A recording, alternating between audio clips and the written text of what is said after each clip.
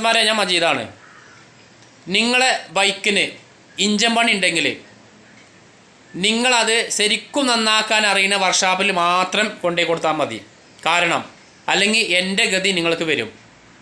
ഞാൻ പറയാൻ കാരണം, എൻ്റെ ഡിസ്കവറി 125 cc ബൈക്ക് 5 മാസം മുന്നേ, ആ വർക്ക്ഷോപ്പിൻ്റെ പേര് ഞാൻ പറയുന്നില്ല, കാരണം ആ വർക്ക്ഷോപ്പിൻ്റെ പേര് പറഞ്ഞിരുന്നാണ്ട് പോലെ പേടിച്ചിട്ടല്ല. കാരണം ആ പേര് ഞാൻ ഈ സോഷ്യൽ മീഡിയയിൽ ആ വർക്ക്ഷോപ്പിൻ്റെ പേര് പറഞ്ഞു കഴിഞ്ഞാൽ അവർക്കത് ക്ഷീണാക്കാനും, കാരണം അവർക്ക് പണി കിട്ടൽ കമ്മിയാക്കാനും.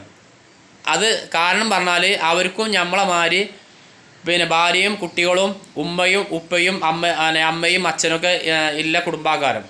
അപ്പോൾ അവർക്ക് പണി കിട്ടിയാലുള്ള അവർക്ക് പൈസ അവർക്ക് പൈസ കിട്ടിയാലുള്ള അവരെ കുടുംബം നോക്കാൻ പറ്റുക.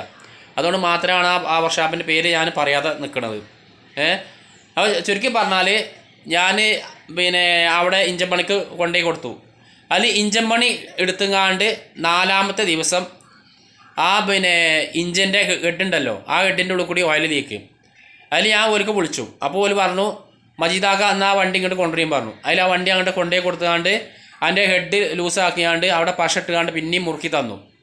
പിന്നെ ഒരു 4 ദിവസം കഴിഞ്ഞപ്പോൾ പിന്നെയും തന്നെ അവിടെ ലീക്ക് ചെയ്യുന്നു. പിന്നെ ഞാൻ ഇഞ്ച മനഃസാക്ഷിയോട് ഞാൻ എങ്ങനെയാണ് ഓലോട് പറയാം?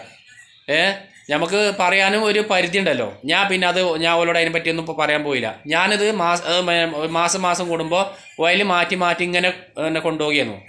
അതിൽ ഏകദേശം ഒരു 5 മാസം ആയിട്ട് ഞാൻ ഒരു ദിവസം പണിക്ക് പോകാൻ വേണ്ടി വണ്ടി ഷാർട്ടാക്കാൻ വേണ്ടി കിക്കർ അടിച്ചപ്പോൾ കിക്കർ താങ്ങണില്ല.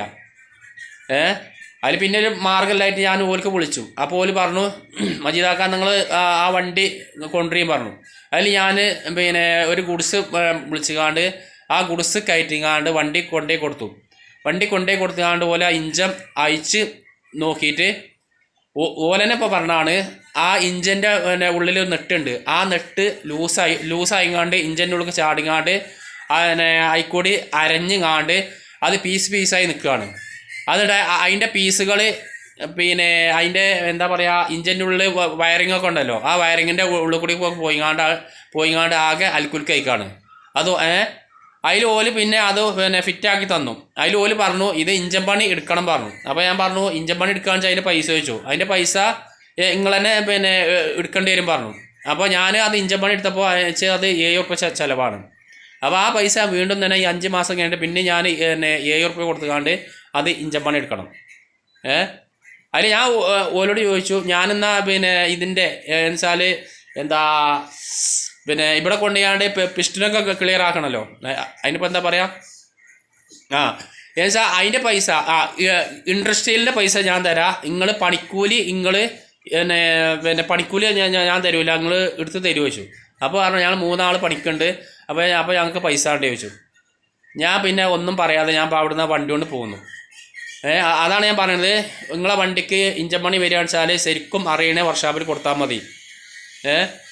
അപ്പോൾ ആ വണ്ടി ഇന്ന് ഞാനിവിടെ കരുവാരക്കുണ്ട് ഒരു ബജാജിൻ്റെ ഷോറൂമിൽ നിന്ന് ഒരാൾ ഇവിടെ കരുവാരക്കുണ്ട് ഇവിടെ പാർക്കിൻ്റെ ആ ഭാഗത്ത് ഇവിടെ ഒരു വർക്ക്ഷോപ്പുണ്ട്. അപ്പോൾ എൻ്റെ അനിയൻ പറഞ്ഞതാണ്, അയാൾ നല്ല രീതിയിൽ ഇഞ്ചൻ പണി എടുക്കുന്ന ആളാണ് പറഞ്ഞിട്ട് ഞാൻ അങ്ങോട്ടാണ് ആ വണ്ടി ഇന്ന് ഞാൻ ഇഞ്ചൻ പണിക്ക് കൊണ്ടുപോയി കൊടുക്കുകയാണ്.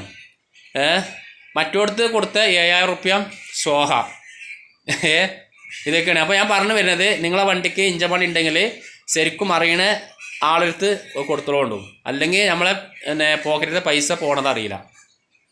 അപ്പോൾ ഞാൻ ആ വണ്ടി ഷാർട്ടാക്കി കാണിച്ചു തരാം. ഞാനത് വെറുതെ പറയല്ല, ആ വണ്ടീൻ്റെ സൗണ്ട് കേട്ടാൽ നിങ്ങൾക്ക് അറിയാം.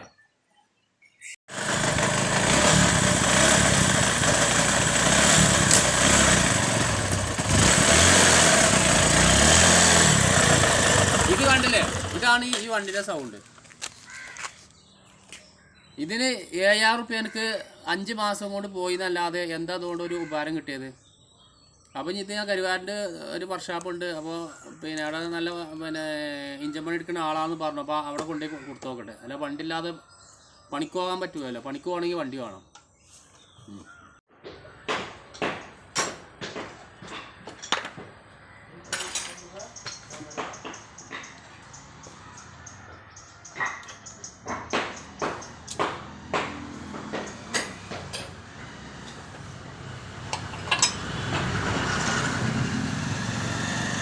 അപ്പോൾ മനസ്സുമാരെ ഞാൻ കരുവാരക്കുണ്ട് പാർക്കിൻ്റെ അടുത്തുള്ള വർക്ക്ഷോപ്പിൽ ഞാൻ കൊണ്ടുപോയി കൊടുത്തു. അപ്പോൾ ഓലും പറഞ്ഞത് അത് ഇപ്പോൾ ഞാനിപ്പോൾ ഇഞ്ചൻ പണി എടുത്തില്ലേ, അത് ഓല പാൾട്ടാണ്. കാരണം ഓല അത് നെട്ടും പോൾട്ടും ശരിക്കും മുറുക്കാത്തത് കൊണ്ടാണ് ആ നെട്ട് ലൂസായിങ്ങാണ്ട് ഇഞ്ചിൻ്റെ ഉള്ളിൽ അത് പൊടിയാൻ കാരണം. അപ്പോൾ അത് വയറിങ്ങിൻ്റെ ഉള്ളിലൊക്കെ ചിലപ്പോൾ പൊയ്ക്കും.